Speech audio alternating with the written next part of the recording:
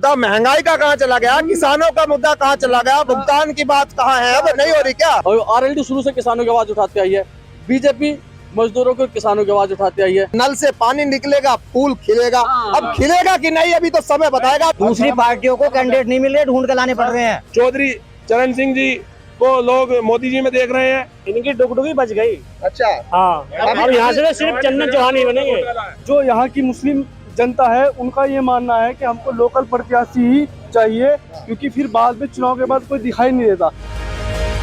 नमस्कार, स्वागत है आपका न्यूज 80 पर। मैं हूं आपके साथ राहुल राणा और रात का वक्त हो चुका है लोकसभा चुनाव को लेकर, लेकिन जो सरगर्मी है वो रात में भी दिखाई दे रही है। मेरे साथ बातचीत करने के लिए बिजनौर लोकसभा सीट के यहाँ वोटर्स है, और बिजनौर लोकसभा सीट जहां करीब 17 लाख यहाँ वोटर्स है, और जिनमें 3 लाख जो दलित वोटर्स है उनकी अहम भूमिका, और करीब 6 लाख के आसपास मुस्लिम वोटर और अदर जो वोटर है वो इस बार का यहाँ अपना जो फैसला है वो सुनाने जा रहे हैं। लेकिन किसके सर वो जीत का ताज पहनाए जाएंगे ये देखना बड़ा दिलचस्प होगा। आज तमाम लोगों से बात करूंगा और समझूंगा कि यहाँ इस बार लोकसभा चुनाव में क्या माहौल है, क्योंकि ये जो सीट है यहाँ बीएसपी अब तक जीती थी, लेकिन इस बार यहाँ राष्ट्रीय लोकदल और भारतीय जनता पार्टी ने चंदन चौहान को प्रत्याशी बना दिया है। उधर बीएसपी ने विजेंदर को प्रत्याशी बनाया है, उधर यहाँ समाजवादी पार्टी की ओर से यशवीर सिंह का नाम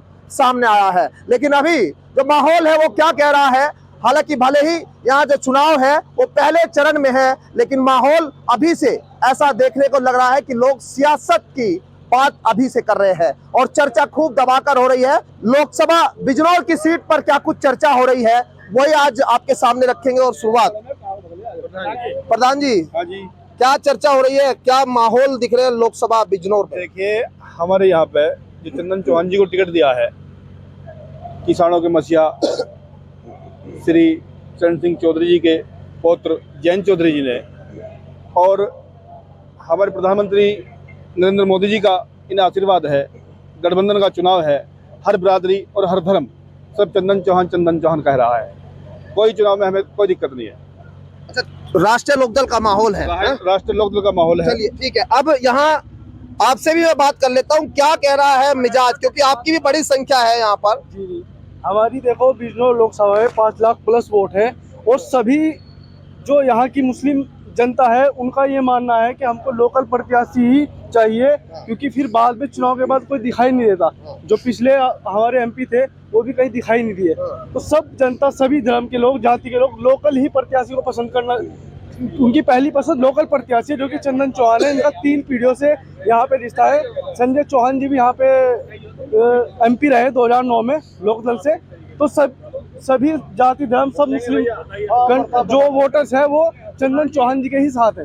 लोकल प्रत्याशी है, अपने बीच के हमारे विधायक है, तो पूरा समर्थन सभी जातियों धर्म का चंदन चौहान जी के साथ है। लोकल प्रत्याशी, यहाँ पे लोकल प्रत्याशी कोई वोटर मुद्दा लोकल प्रत्याशी का भी है। आ जाइए, आप आ जाइए, कहाँ आप छुपे छुपे घूम रहे हैं जी? आप लोगों की जरूरत है लोकसभा चुनाव में, नेता को भी, और आजकल तो हमें भी आप लोगों की जरूरत पड़ रही है। और किसानों का मुद्दा बड़ा आप लोगों ने उठाया अब, लेकिन आज क्या लग रहा है कि कौन से मुद्दे इस बार लोकसभा चुनाव में आप लोग उठाएंगे और क्या कुछ जो है इस बार खेल करेंगे?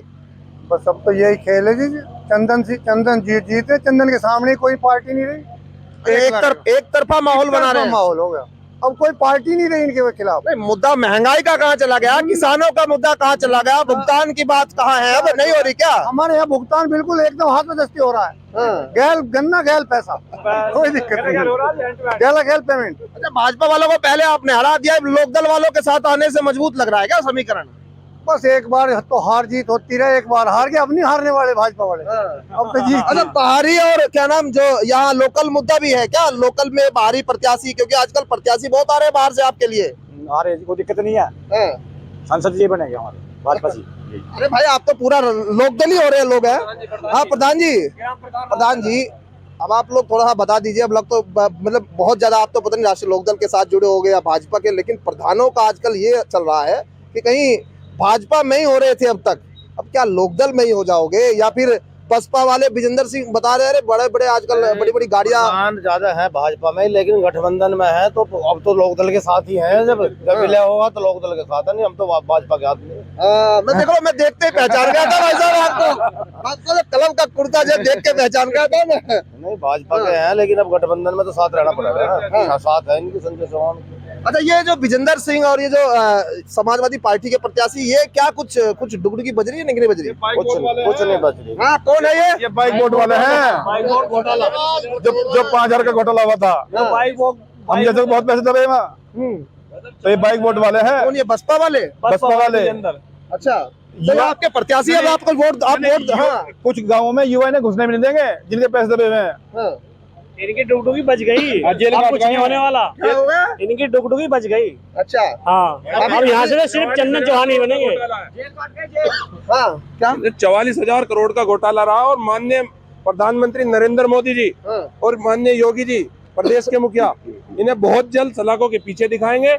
और यहाँ पे चंदन चौहान जी जो एक सलाखों मजबूत के पीछे तो आजकल केजरीवाल जी को पहुंचा दिया भाई साहब, भाजपा वालों ने। केजरीवाल जी ने शराब का इतना बड़ा घोटाला किया तो जेल के पीछे जाएगा ही जाएगा। हाँ। एक दिन एक अपने भाषण में केजरीवाल जी ने खुद ये कहा था हाँ। कि चाहे सत्येंद्र सिसोदिया जो इनके वे हैं, वो सत्येंद्र सिसोदिया तो हमारे अध्यक्ष है, जो इनके सिसोदिया जी थे, मनीष सिसोदिया जी, चाहे वो हो या कोई विधायक गण हो या कोई भी हो, कि वे जेल के अंदर होंगे। तो वो आज खुद भी घोटाला करा, मैं भी हूँ, भी कहा था उन्होंने, तो वो खुद भी जेल के अंदर चले गए। तो ये योगी जी की सरकार और प्रदेश में मोदी जी की सरकार और योगी जी की सरकार का ये परिणाम है। और डबल इंजन की सरकार है और ये 400 पार जाएगी और फिर से मोदी जी प्रधानमंत्री बनेंगे तीसरी बार। अच्छा, एक सच्ची बात बता दीजिए, अब तक भाजपा वालों के साथ थे या लोकदल वालों के? हम तो पैदाइशी भाजपा ही हैं।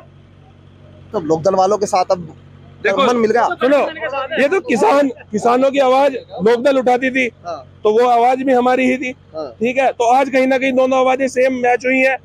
चौधरी चरण सिंह जी को लोग मोदी जी में देख रहे हैं, एक बड़ी बात है, उनका पौत्र उन्हें मोदी जी में देख रहे हैं।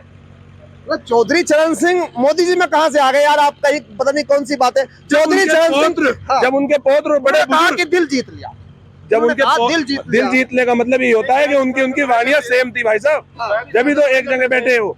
और कहीं ना कहीं किसानों की समस्याओं को मोदी जी ने सुना, तीनों कानून वापस लिए, और आज किसान की बात, नौजवान की बात, शिक्षा की बात और आप चिकित्सा की बात माननीय मोदी जी कर रहे हैं।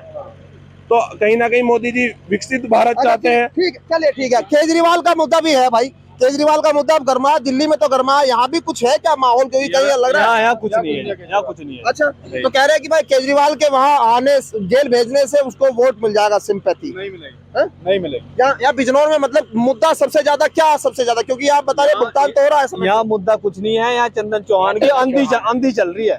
चंदन चौहान की खुशबू है पूरे बिजनौर में। पूरे भाई साहब, राष्ट्रीय लोकदल का पत्ता इसमें बीजेपी का भी मिला लेते हैं। अब तो मिक्स कर लीजिए। मिक्स कर लेंगे, गलती होगी है तो खैर।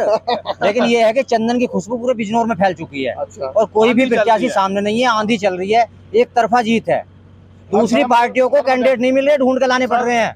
सर समाज चंदन चौहान के साथ है, आंधी चल रही है। चलिए ठीक है, आपकी अपना वोट है, कहाँ देंगे। लेकिन भाई साहब, अब आजकल दलित भी कहीं कुछ अलग अलग दिख रहे हैं, क्योंकि वो विजेंद्र सिंह कह रहे हैं कि भाई साहब हमारे साथ ये 3 लाख वोट है, मुस्लिमों को प्लस कर लेंगे हम, यहाँ 6 लाख मुस्लिम प्लस कर लेंगे और हम जीत जाएंगे। आप कह रहे हैं कि यहाँ झंडा लेके राष्ट्रीय लोकदल और भाजपा एक साथ आने से जीत जा रहे हैं। जो किसान हो, मजदूर हो, कोई भी हो, पहली बात तो सबसे मेन मुद्दा है शांति। आदमी शांति चाह रहा है कि बिल्कुल शांति चाहिए। और जो भी देखता है इंसान छवि देखता है कि कौन इंसान कैसा है। ये चंदन सिंह चौहान जो है, ये पहले से इनके दादा नारायण सिंह जी वे उप मुख्यमंत्री रहे। उनके बाद इनके पिताजी संजय चौहान जी वो MP रहे।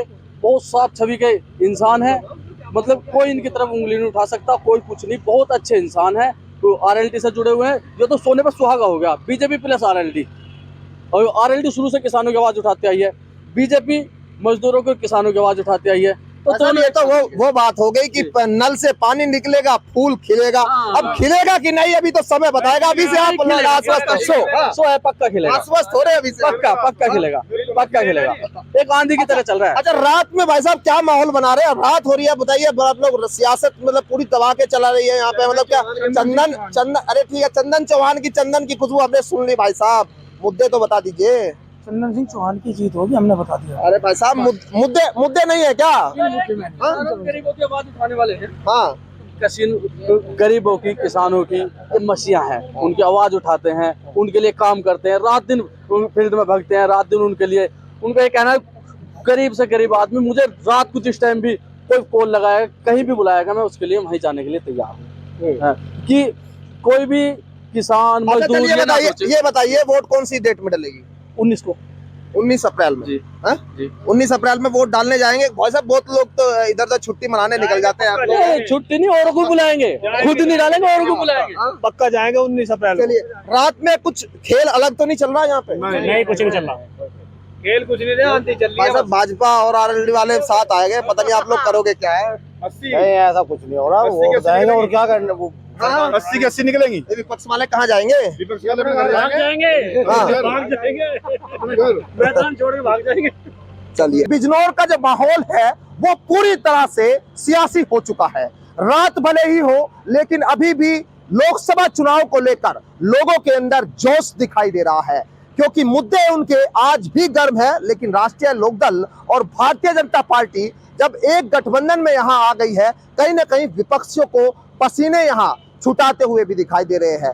जहां तहां हम प्रोग्राम कर रहे हैं, वहां अपनी अलग अलग राय लोग देते हुए दिखाई दे रहे हैं। लेकिन जो मुद्दा महंगाई का, किसानों का, बेरोजगारी का, वो कहीं दिखाई दे रहा था। ऐसा लग रहा है धीरे धीरे उस मुद्दे को कम अब उपज दिखाई दे रही है, यानी वो मुद्दा अब धीरे धीरे कम होता नजर आ रहा है। लेकिन ऐसे में बड़ा सवाल यही है कि पहले चरण में होने वाले बिजनौर लोकसभा सीट पर आखिर यहाँ की जनता करने क्या जा रही है।